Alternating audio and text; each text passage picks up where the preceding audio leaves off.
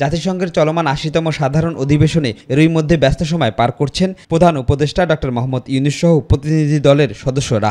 বিশ্ব নেতাদের বার্ষিক এই সম্মেলনে অংশ নিতে গেল রোববার বিকেলে নিউ ইয়র্ক পৌঁছায় ডক্টর মোহাম্মদ ইউনূস। তার সাথে সরকারের ৭ উপদেষ্টা সহ ৩টি রাজনৈতিক দলের নেতাদের অন্তর্ভুক্ত করার বিষয়টি নিয়ে চলছে নানান বিশ্লেষণ।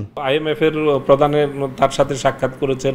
এছাড়া রোহিঙ্গা নিয়ে তিনি কূটনৈতিক তৎপরতা সেখানে চালাচ্ছেন। শেখ হাসিনা নিজে নোবেল শান্তি পুরস্কার পাওয়ার আশায় তখন যে দ্বারটা উন্মুক্ত করে দিয়ে আমাদের জন্য যে বিস্ফোরাটা তৈরি করেছে, এই বিস্ফোরাটা এত গভীরে চলে গেছে, এটা চাইলেই কেউ যে কোনো দিন এভাবে ব্লেড দিয়ে কেটে রিমুভ করে ফেলতে পারবে না।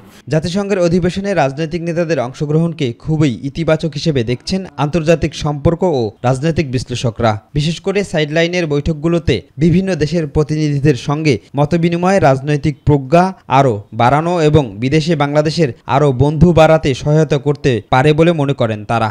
যে রাজনৈতিক দলগুলি আজকে সম্মেলনে গেলেন, এরা যদি ওইখানে ঐক্যমত্য পোষণ করেন একটা সুষ্ঠু নির্বাচনের, বাংলাদেশের সুষ্ঠু নির্বাচনে কোনো বাধা থাকবে না এবং একটা ভালো নির্বাচন হবে এবং আমরা সেইখানে একটা ভালো ফলাফলও দিতে পারবো, যেটা নাকি জনগণের প্রতিনিধিত্ব করবেন যারা, তারাই যদি সংসদে যেতে পারে। পুরো জাতি ইউনূস সাহেবের পেছনে আছে, সেখানে সরকারি দল বা বিরোধী দল বা যেই দলই থাকুক না কেন, তাদের একটা রিপ্রেজেন্টেশন এই সম্মেলনে আছে, এটা ভালো ফল বয়ে আনবে। বিশ্লেষকরা মনে করছেন ডক্টর ইউনূসের সফরের মাধ্যমে একটি নতুন ধরনের কূটনৈতিক ও রাজনৈতিক সংমিশ্রণ তৈরি হতে পারে। যেহেতু জাতিসংঘ সাধারণ অধিবেশনে যোগদান একদিকে আন্তর্জাতিক স্বীকৃতি দেয়, অন্যদিকে এটি দেশের রাজনৈতিক দৃশ্যপটকে নতুন মাত্রা যোগ করে।